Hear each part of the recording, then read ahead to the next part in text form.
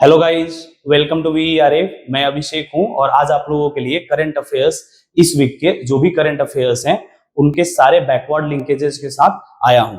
आज जैसा कि आपको पता है कि यूपीएससी का एक मेन पार्ट है करंट अफेयर्स और यहाँ से बहुत सारी क्वेश्चंस आती हैं जिसको कि हमें प्रीलिम्स और मेंस दोनों में आंसर करने पड़ते हैं। और करंट अफेयर के बैकवर्ड लिंकेजेस जानना ज्यादा जरूरी होता है हमारे लिए। तो हम लोगों ने एक न्यू सीरीज स्टार्ट किया हुआ है यहाँ पे इस चैनल पे, जिसमें कि आप लोगों को हर वीक की सारी करंट अफेयर्स के बैकवर्ड लिंकेजेस के साथ आपको मिल जाएगा, जिससे कि आपकी प्रिपरेशन की जर्नी आसान हो जाए। तो आज की जो हमारी करंट अफेयर्स के लिस्ट में है वो है पहला एक पीके मिश्रा ने स्टेटमेंट दिया था सीआरडीआई के लिए, वो है। फिर उसके बाद आइरिस है और आर्टिकल 244 है, ए है, आईसीजे है और फिर लास्ट में हमने एक एमसीक्यू रखा हुआ है जिसको कि आपको आंसर देना है। देखिए यहाँ पे जो हेडलाइन हमारा है उसमें पीके मिश्रा ने कहा है कि इन्वेस्टमेंट जो है वो रिजिलियंट डिजास्टर रिजिलियंट इंफ्रास्ट्रक्चर में होना चाहिए। जैसे कि आपको पता है कि आजकल क्लाइमेट चेंज में जो डिजास्टर्स हैं वो मोर फ्रीक्वेंट हो गए हैं, ज्यादा उनकी इंटेंसिटी बढ़ गई है। जैसे अभी हिमाचल प्रदेश में आपको पता है कि पिछले साल बाढ़ आए थे, बहुत सारा डिस्ट्रक्शन हुआ था। तो हमें अब ऐसे इंफ्रास्ट्रक्चर की जरूरत है जो कि डिजास्टर्स आए उसको विदस्टैंड कर पाए, राइट। तो उसके लिए पीएम मोदी ने 2019 में एक सीडीआरआई लॉन्च किया, कोalition फॉर डिजास्टर रेजिलिएंट इंफ्रास्ट्रक्चर, जिसमें कि उन्होंने एक ऐसा एम्बिशन रखा कि जो हमारे ओल्ड जो कंट्रीज के ओल्ड इंफ्रास्ट्रक्चर साथ साथ न्यू इंफ्रास्ट्रक्चर दोनों जो हैं उनको डिजास्टर रेजिलिएंट बनाया जा सके।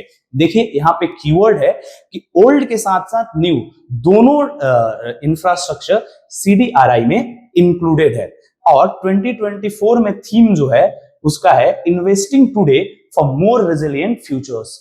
आज हम इन्वेस्ट करें ज्यादा एक रेजिलिएंट फ्यूचर के लिए, ये याद रखना प्रीलिम्स में पूछा जा सकता है, राइट। और ये पीएम मोदी द्वारा 2019 में लॉन्च किया हुआ था। अब देखिए CDRI what does it it helps member countries in integrating disaster management policy to their new as well as existing infrastructure। Member country जो है वो उनको ये हेल्प करता है किसमें, डिजास्टर रेजिलिएंट पॉलिसी बनाने में और उनकी जो इंफ्रास्ट्रक्चर है उनको डिजास्टर रेजिलिएंट बनाने में, चाहे न्यू इंफ्रास्ट्रक्चर हो या ओल्ड इंफ्रास्ट्रक्चर हो। अब देखिए इसमें क्या नहीं करता है, ये भी आपके ऑप्शंस में आ सकता है कि इसमें डिजास्टर रेजिलिएंट के लिए फंड करता है या फिर ये बनाता है, जैसे आपका बॉर्डर रोड इनिशिएटिव है वैसा कुछ।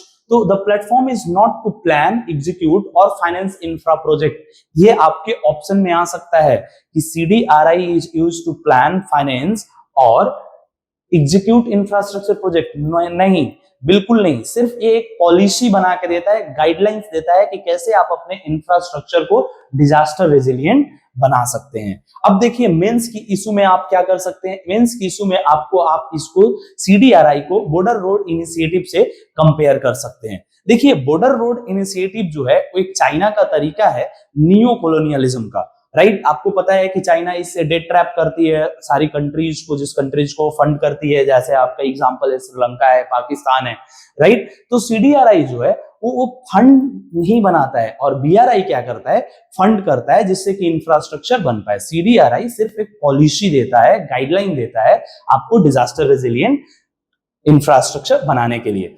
दूसरा जो हमारा इंटरनेशनल सोलर अलायंस है, ये भी इंडिया और फ्रांस का ज्वाइंट इनिशिएटिव था, राइट।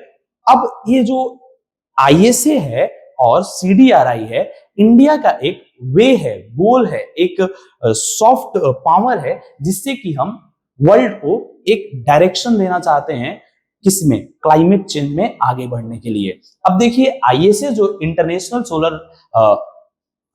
सोलर अलायंस है is for climate change mitigation. ये इनिशियल नहीं होगा, इट इज मिटिगेशन, यहाँ पे गलत लिखा हुआ है, मिटिगेशन होगा, राइट। आईएसए से हम मिटिगेशन करते हैं और सीडीआरआई से अडेप्ट करते हैं। अब दोनों में फर्क क्या है, मिटिगेशन, क्लाइमेट चेंज मिटिगेशन और क्लाइमेट चेंज अडेप्टेशन में फर्क क्या है। देखिए टेम्परेचर बढ़ रही है, मैंने एसी चला दिया तो ये मैं अडेप्ट कर रहा हूं, क्लाइमेट चेंज से अडेप्ट कर रहा हूं। और मिटिगेट क्या होता है, मिटिगेट होता है मैं फॉरेस्टेशन कर दिया, मैं कुछ ऐसा किया जिससे कि क्लाइमेट चेंज रुक जाए। तो आईएसए से हम मिटिगेशन करते हैं और सीडीआरआई से अडेप्टेशन करते हैं, right?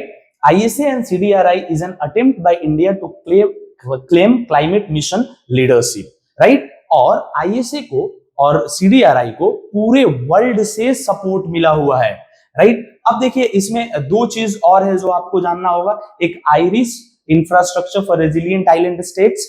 अब आयरिश क्या है? जो आइलैंड स्टेट्स है, स्मॉल आइलैंड कंट्रीज हैं, उनपे एक बहुत बड़ा खतरा मंडरा रहा है। वो खतरा क्या है? वो खतरा है राइजिंग सी लेवल। तो उनको भी इससे मिटिगेशन और अडेप्टेशन दोनों चाहिए, राइट? मिटिगेशन क्या हो सकता है कि हम टेम्परेचर, राइजिंग टेम्परेचर को रोके 1.5 डिग्री या 2 डिग्री तक ही रोक दें, इससे ज्यादा आगे ना बढ़े। और अडेप्टेशन क्या है? अगर हम नहीं रोक पाए तो उनको एक जगह प्रोवाइड करें रहने के लिए, वहां के जो सिटीजन्स हैं।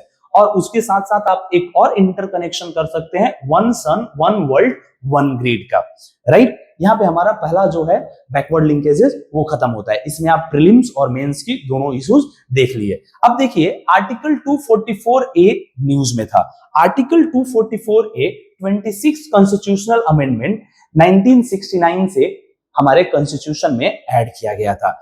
अब देखिए ये क्या है? आर्टिकल 24A के तहत असम में हम एक ऑटोनोमस स्टेट बना सकते हैं। उस स्टेट की अपनी लेजिस्लेटिव काउंसिल हो सकती है, लेजिस्लेटिव असेंबली हो सकती है, एमएलएज हो सकते हैं और वो वर्क कर सकती है।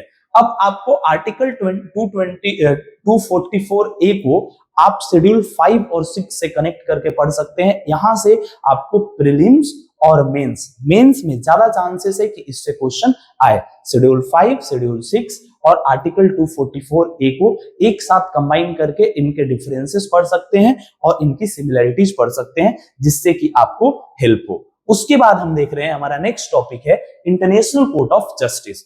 देखिए यूनाइटेड नेशन के 6 मेन ऑर्गन्स है। पहला है जनरल असेंबली, दूसरा है सिक्योरिटी काउंसिल, तीसरा है the economic and social council, the trusteeship council, the international court of justice, the UN secretariat. ये जो आपके हैं ये आपके 6 मेन ऑर्गन हैं।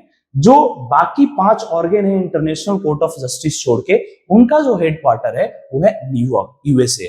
और जो इंटरनेशनल कोर्ट ऑफ जस्टिस है वो एकमात्र ऐसा यूएन का प्रिंसिपल ऑर्गेनाइजेशन है जिसका हेडक्वार्टर नीदरलैंड्स में द हेग में है, राइट?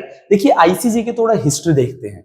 हिस्ट्री में देखेंगे आप कि ये 1945 में, ये थोड़ा यहाँ पे मिस्टेक है, प्रिंटिंग मिस्टेक है, it's established in 1945 by the Charter of UN।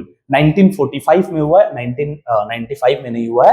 आप इसको करेक्ट कर लो, मैं कर देता हूं यहाँ पे। 1 मिनट रुको, 1945 है, 95 नहीं है। ये यूएन के चार्टर से एस्टेब्लिश हुआ था। उसके बाद जो है आप देखिए कि जो permanent court of international justice था उसी को रिप्लेस करके एक नया कोर्ट बनाया गया, जिसका नाम रखा गया, एक नया इंस्टीट्यूशन बनाया गया जिसका नाम रखा गया इंटरनेशनल कोर्ट ऑफ जस्टिस। और उसी समय जो लीग ऑफ नेशंस था उसको भी रिप्लेस करके यूनाइटेड नेशंस बनाया गया। आपको पता है कि ये वर्ल्ड वॉर 2 इस समय खत्म हुई थी और उसके बाद ये दोनों ऑर्गेनाइजेशन जो जिस काम के लिए स्थापित किए गए थे उस काम में फेल हो गए, तो इनको चेंज कर दिया गया, राइट? और जो पीसीआईजे था वो फॉर्मली 1946 में डिसॉल्व हुआ। दो आईसीजे 1945 में एस्टेब्लिश हो चुका था, पर उस समय ये पीसीआईजे के ही तरह वर्क कर रहा था और ये पीसीआईजे फाइनली 1946 में डिसॉल्व हुआ और वहां से वर्क स्टार्ट हुआ आईसीजे का, राइट? और इसका हेडक्वार्टर है पीस पैलेस हेग में, यहाँ पे भी HAGUE होगा, राइट? अब इनका रोल क्या है? रोल इनका है, 2 रोल है। पहला रोल है एडवाइजरी का और दूसरा रोल है जुरिस्डिक्शन देने का। जब किसी 2 स्टेट में कोई डिफरेंसेस हो जाए, किसी भी तरीके के डिफरेंसेस, जैसे अभी इजराइल और पैलेस्टीन में चल रहा है, राइट? वहां पे ह्यूमन राइट के डिफरेंसेस है, तो 2 स्टेट एक दूसरे पे केस कर सकते हैं इंटरनेशनल कोर्ट ऑफ जस्टिस में। और दूसरा इनका रोल है वो है एडवाइजरी। एडवाइजरी कैसे? यूएन की कोई स्पेशलाइज्ड एजेंसी को किसी लीगल मैटर पे एडवाइस चाहिए तो वहां पे आईसीजे अपना एडवाइस भी प्रोवाइड करता है, राइट? अब इनका ऑफिशियल लैंग्वेज जो है गाइस वो है फ्रेंच और इंग्लिश। ये प्रीलिम्स के लिए आपको ध्यान रखना है कि आईसीजे का ऑफिशियल लैंग्वेज फ्रेंच और इंग्लिश है, राइट? अब देखिए इसके वर्डिक्ट के क्या है। इसकी वर्डिक्ट जो है वो फाइनल जजमेंट है और टेक्निकली बाइंडिंग है पार्टीज पे, राइट? अब इसमें कोई भी प्रोविजन नहीं है अपील का। बट हाँ, ध्यान देना है प्रीलिम्स के आपके ऑप्शंस में कि अपील का प्रोविजन नहीं है, जजमेंट रिवीजन किया जा सकता है। अब देखिए अपील और रिवीजन में क्या है, अपील में है कि मैं जजमेंट से खुश नहीं हूं, मैं बोल रहा हूं कि नहीं नहीं आप फिर से मेरे को आप एक अपनी जुरिसडिक्शन दो। लेकिन रिवीजन क्या है, कोई नया फैक्ट्स आ गया, कोई डेवलपमेंट नहीं हो गई और पूरा केस ही चेंज हो गया, पूरा फैक्ट ही नया बदल गया। अब ऐसा हुआ कि जो पहले जिस चीज पे डिसाइड किया गया था अब वो रहा ही नहीं, नए फैक्ट्स आ गए और नई चीजें सामने आ गई, तो जो अब जुरिसडिक्शन पहले का था वो इनवैलिडेट हो गया। तो उस केस में रिवीजन हो सकता है पर अपील नहीं हो सकता है। लेकिन देखो जो आईसीजे का वर्डिक्ट है, आईसीजे को जनरली एक टीथलेस ऑर्गन बोला जाता है। ऐसा क्यों? क्योंकि इनके पास कोई वे नहीं है जिससे अपनी वर्डिक्ट जो है वो कंट्रीज पे फोर्स कर सके। ये वर्डिक्ट अपनी कंट्रीज पे फोर्स नहीं कर पाते हैं। अब ये कंट्री पे डिपेंड है कि वो वर्डिक्ट माने या न माने, राइट। अब देखिए जजेस इनके कितने हैं, इस आईसीजे में 15 जजेस होते हैं और उनकी टर्म 9 साल की होती है। यहाँ पे इंडियन जजेस भी वर्क कर चुके हैं, राइट। और कौन इलेक्ट करता है? यूनाइटेड नेशन जनरल असेंबली और यूनाइटेड नेशन सिक्योरिटी काउंसिल, दोनों साइमल्टेनियसली वोट करते हैं, राइट। और ये वोट कब होता है? यूनाइटेड नेशन जनरल असेंबली के टाइम पे, राइट। और इलेक्शन जो होता है वो ट्राइएनियल होता है। ट्राइएनियल इलेक्शन मींस हर 3 इयर्स पे इलेक्शन होता है। कुछ जजेस रिटायर होते हैं 3 ईयर पे और इलेक्शन होता है। और भाई जजेस जो है वो री इलेक्शन के लिए एलिजिबल है, ये ध्यान रखिएगा। 15 जजेस होते हैं, 9 साल का टर्म होता है, ट्राइएनियल इलेक्शन होता है और जजेस री इलेक्शन के लिए एलिजिबल है, राइट। और जो वाइस प्रेसिडेंट और प्रेसिडेंट होते हैं उनका टर्म सिर्फ 3 साल होता है, ठीक। अब देखो इंडिया एट आईसीजे, क्योंकि हमको इंडिया फोकस भी देखना है। इंडिया एट आईसीजे में आपको देखना है कि इंडिया के जो आईसीजे में केस है वो 6 टाइम केसेस इंडिया की आईसीजे में हुई हैं। 4 टाइम पाकिस्तान के साथ, 1 टाइम आपके पोर्टुगल के साथ और 1 टाइम मार्शल आइलैंड के साथ। जो मोस्ट रिसेंट केस है इंडिया का वो 2019 में कुलभूषण यादव का केस था। अब देखिए आइए इस वीडियो को हम लोग खत्म करते हैं क्वेश्चन के साथ। Which of the following statement about ICJ is true, right. which of the following statement about ICJ is true, right? ये थोड़ा ऐसे प्रिंटिंग मिस्टेक है। It is one of the principal organ of the UN, first statement। दूसरा, it has 15 judges with 9 year of term, official language is English and French, its decision are binding on the parties of the case। अब आपके option से only 1, only 2, only 3, all of the above।